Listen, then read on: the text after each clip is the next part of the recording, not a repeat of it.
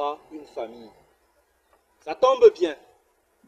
Parce que aujourd'hui, nous sommes venus, comme j'ai dit au début de notre célébration, remettre les bases dans cette famille. Je sais que ceux qui vont regarder cette vidéo pourront bien entendre ce message. Une famille unie est une famille prospère. Dans toutes les familles, il faut le savoir, il y a des problèmes. Même dans ma propre famille, nous en avons.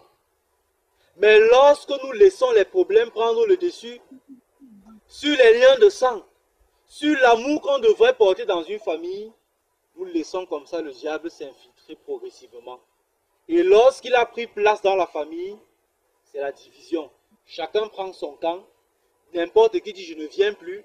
N'importe qui dit telle personne m'a fait telle chose. C'est pour ça que je ne suis plus dans cette famille. On ne peut pas fuir sa famille.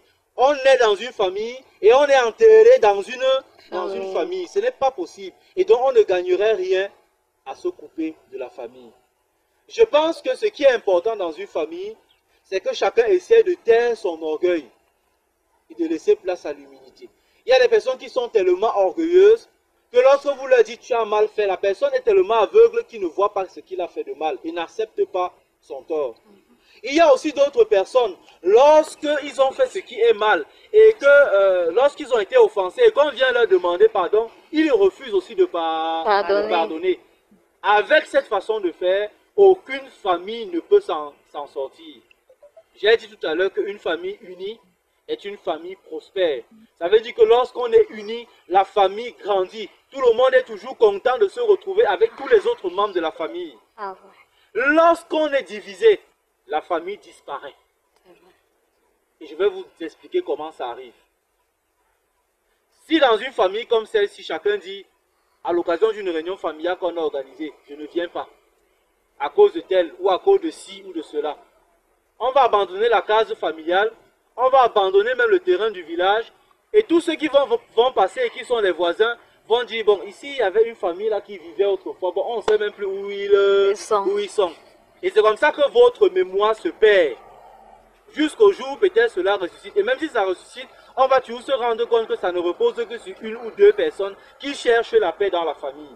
Chaque membre de la famille est un acteur pour la paix et l'unité de la famille. Personne ne doit rester derrière et dire c'est leur problème, ça les regarde. Comme on sait que tel a des problèmes avec tel, on dit non, je n'entre pas moi là-dedans. Tu n'entres pas d'une manière ou d'une autre, quand ça va exploser, ça va aussi ça va te prendre. Parce que quand vous faites comme ça, c'est un peu comme quelqu'un qui est dans une maison à gaz. Hein? Et puis il claque l'allumette en se disant que tous ceux qui sont dedans vont mourir, lui ça va le laisser. Il fait pouf, il lance. Quand ça explose, boum, lui-même il est surpris de se retrouver dans l'explosion. Donc chacun de nous a un rôle à jouer. Et donc chacun doit se dire, si ma famille va bien, c'est aussi grâce à moi. Si ça va mal, c'est aussi à cause de moi. Très souvent dans nos familles, on est toujours en train de pointer le doigt sur les autres. C'est elle qui a fait ceci, c'est elle qui a fait cela. Toi-même, qu'est-ce que tu as fait pour que ça change ou bien pour que ça n'arrive pas?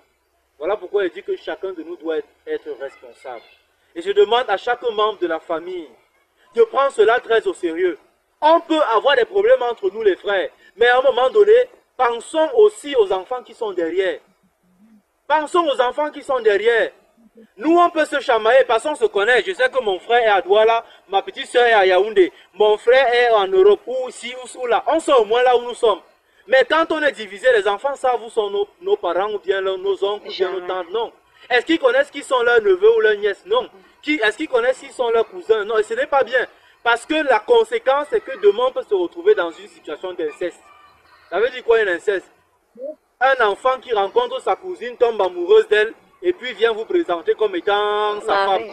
À cause de la division dans la famille, tout le monde met la main sur la tête pour dire yeah! On ne savait pas que c'est comme ça que ça devait être. La division dans une famille ne peut apporter que les malheurs dans la famille. Mais quand vous êtes unis dans une famille, même vos parents qui sont décédés, qui nous ont précédés, tous nos ancêtres qui nous ont précédés de cette famille, ne peuvent être heureux et ne peuvent reposer en paix là où ils sont que si dans leur famille, les gens restent unis. Aucune personne qui est partie de cette famille ne peut être heureux là où il est tant que vous êtes divisés. Et s'ils sont auprès de Dieu et demandent à Dieu de vous donner des grâces et des bénédictions, parce qu'il y en a qui croient que les ancêtres peuvent nous obtenir des grâces. Nous aussi dans l'église, on le croit. Quand ils sont auprès de Dieu, ils peuvent nous aider.